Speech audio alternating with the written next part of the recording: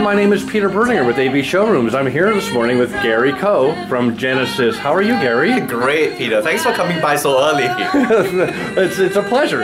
Tell me about what you have at CES this year. Okay, we've got the new Genesis 7.2F. The 7.2F is our entry-level loudspeaker. They retail for $9,000 in a very small, elegant package. We go down to 22 Hz using a servo-controlled subwoofer. So it's got built-in active bass. It's a semi-active loudspeaker. It's got arguably what we call the best tweeter in the world, which is a ring ribbon. It's probably the only ring ribbon available, and it's ours. It's a Genesis tweeter. What makes it so special? A ring ribbon has got a point source dispersion, which means that with a loudspeaker like this, you can control the dispersion of the tweeter as well.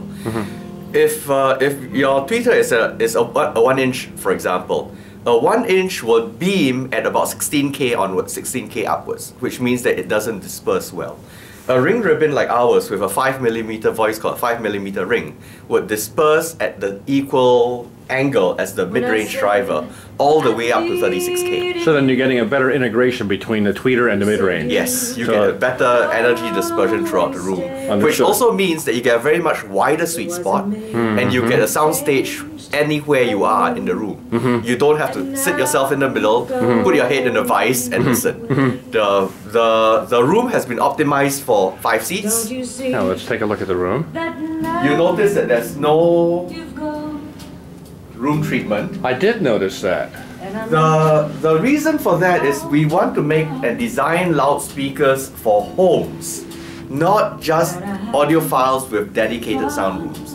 Of course, if you've got a dedicated sound room, this is going to sound far better. Yes. But if you've got a room, a typical room, you've got drapes, you've got curtains, you've got a TV console, your bar in there, you can still set up for a perfectly flat sound stage. A number of people have come in and noticed that, hey, Gary, that speaker is pulled out, this speaker is further forward. Why do you did that? You make a mistake. I said, no, look at the room. It's open that side, it's got this big honking cabinet on this side, it skews the image.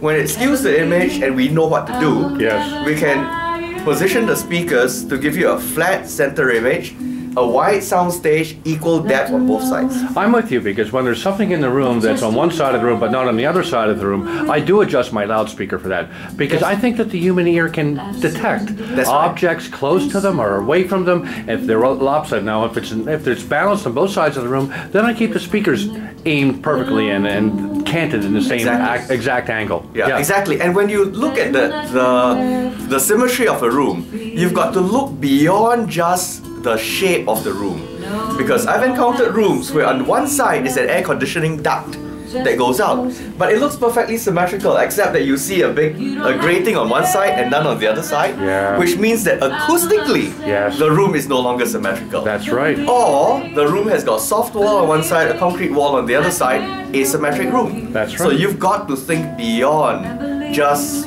eyeballing the room. You've got to think about the construction of the room and what is inside and outside the room when you start. I agree with that. What are the rest of the components in the system you have here today? Okay, I've got the anniversary monoblocks. The anniversary monoblocks are my limited edition monoblocks for the 10th anniversary of Genesis. It is going to be limited edition because one of the components in there, which my sister and financial controller has not approved yet, is one of those NOS things that you cannot get anymore. It's an paper and oil capacitor. I understand. And they are 1400 watts, they run totally cold, and a lot of my dealers tell me that, my tube dealers tell me they sound like tubes. I'll be darned. So it's a Class D amplifier, idles at 6 watts, 1400 watts, that sounds as emotional as warm as tube amplifiers. And how about the rest of the system?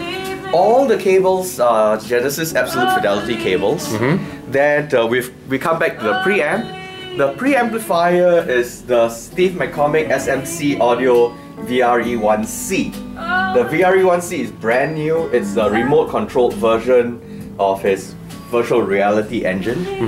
And arguably, I would say that that's the only preamp I've ever heard where the remote control version sounds better than the manual version. Oh, I'll be darned. The manual version uses a pot with stepped attenuators. He's got individual resistors on each click of the volume.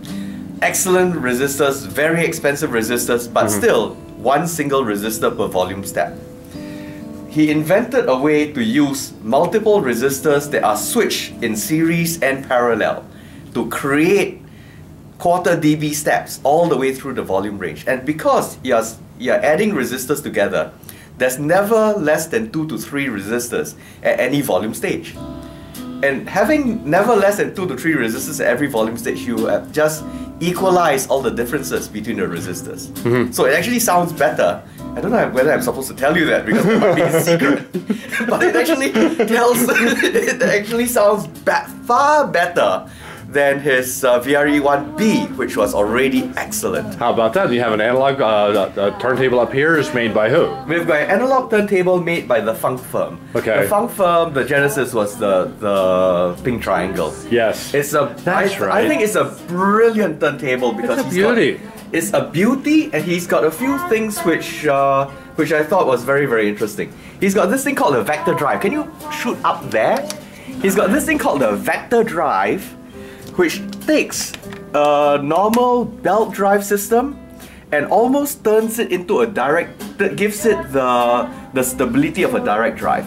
What he does is that he takes this belt, the motor is there, two pulleys, and drives the center platter on 3 points of the platter. And you know that if you've got a platter and a belt drive, the belt's going to be pulling the platter this way. That's right. But if you put 3 pulleys there and drive the platter on 3 points, it's stable. It does help it, yes it does. So it's the stability, the pace stability and the rhythmic stability of this turntable is incredible. Well, the sound is wonderful, and you drew me in with the sound this morning, and what can I say? You have a fantastic room, fantastic product. Thank you, Peter. The very innovative design on the tweeter to equal the dispersion of the mid-range to give you a wide sweet spot. That's very ingenious. Thank you for being such a good designer, Gary. Thank you, Peter. Thank you very much. Have a good CES. Thank you. Okay.